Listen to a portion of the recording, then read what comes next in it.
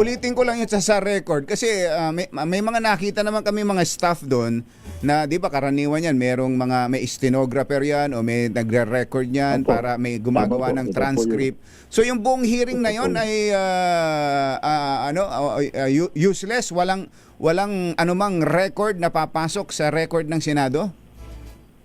Wala po kasi nga po wala yung mga member ng Blue Ribbon Secretariat, yung mga stenographer, recorder, wala po eh. Yung magvi-video, wala ho eh.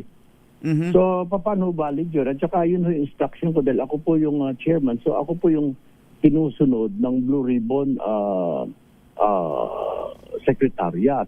Bagamat nagbanta pa si Senator Cayetano, kakasuhan niya.